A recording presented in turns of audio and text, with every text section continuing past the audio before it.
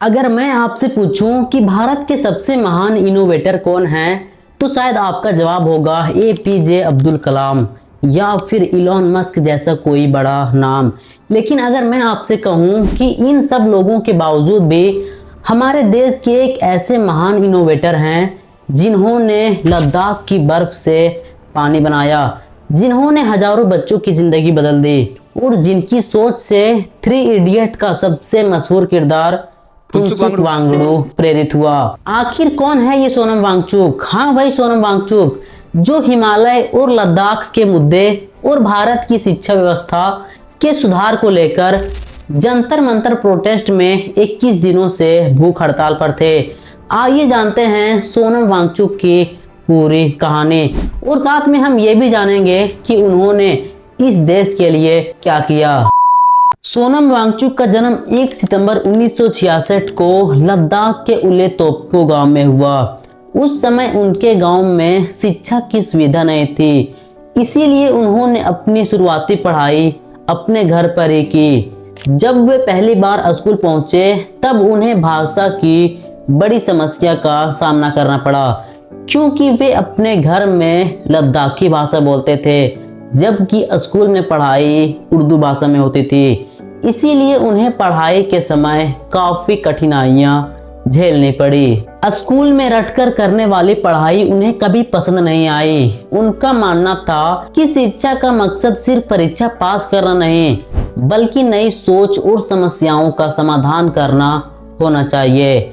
आगे चलकर उन्होंने श्रीनगर के NIT कॉलेज से मैकेनिकल इंजीनियरिंग की पढ़ाई पूरी की और फिर यहीं से उनकी जिंदगी ने एक नया मोड़ लिया। इंजीनियरिंग की पढ़ाई पूरी करने के बाद सोनम वांगचुक सन 1988 में SECMOL यानी कि student education culture momentum of Ladakh की स्थापना की। उनका उद्देश्य था कि बच्चों को सिर्फ रटकर पढ़ना नहीं, बल्कि उन्हें वास्तविक जीवन के कौशल और व्यवहारिक शिक्षा देना था।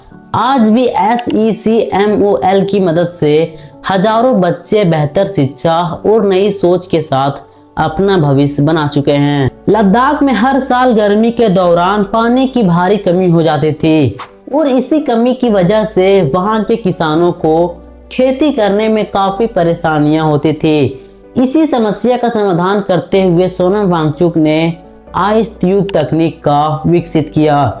इस तकनीक में ये होता था कि ठंड के टाइम में पानी को शंकु आकार में जमा कर बर्फ बनाया जाता था और फिर गर्मी में यही बर्फ धीरे धीरे पिघलकर पानी बनकर खेतों तक पहुंच जाता था। इनकी यह अनोखी तकनीक आज दुनिया भर में पर्यावरण संरक्षण और जल संकट समाधान का एक बेहतरीन उदाहरण माना जाता है। सोनम वांगचुक ने सिर्फ आइस तुबा ही नहीं बनाया, बल्कि सोलर ऊर्जा से चलने वाली कई इमारतें भी विकसित की। उन्होंने हिमालयी क्षेत्रों के लिए ऐसी तकनीकें तैयार की जो पर्यावरण के अनुकूल और लंबे समय तक टिकाऊ हैं। इनके अलावा उन्होंने Himalaya institute of alternatives Ladakh की स्थापना की, जहां छात्रों को किताबों से ज्यादा प्रैक्टिकल शिक्षा दी जाती है। आज भी वे शिक्षा, पर्यावरण और नवाचार क्षेत्र में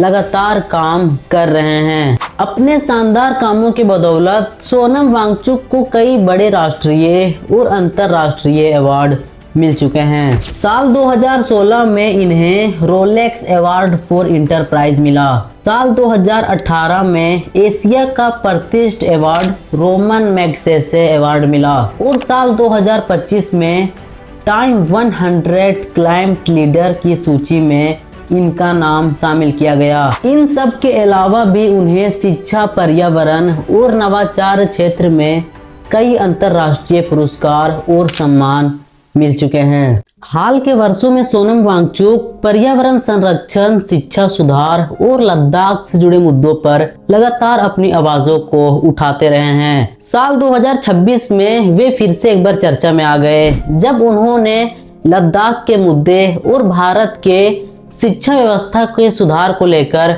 शांतिपूर्ण भूख और हड़ताल की। उनका कहना है कि हिमालय और लद्दाख के पर्यावरण की रक्षा के लिए सरकार को एक ठोस कदम उठाने चाहिए। तो गाइस ये थी पूरी कहानी सोनम वांगचुक की। तो आपको क्या लगता है कि सच में सोनम वांगचुक भारत के एक महान इनोवेटर हैं या फिर नहीं? तो अपनी राय कमेंट में जरूर बताइएगा।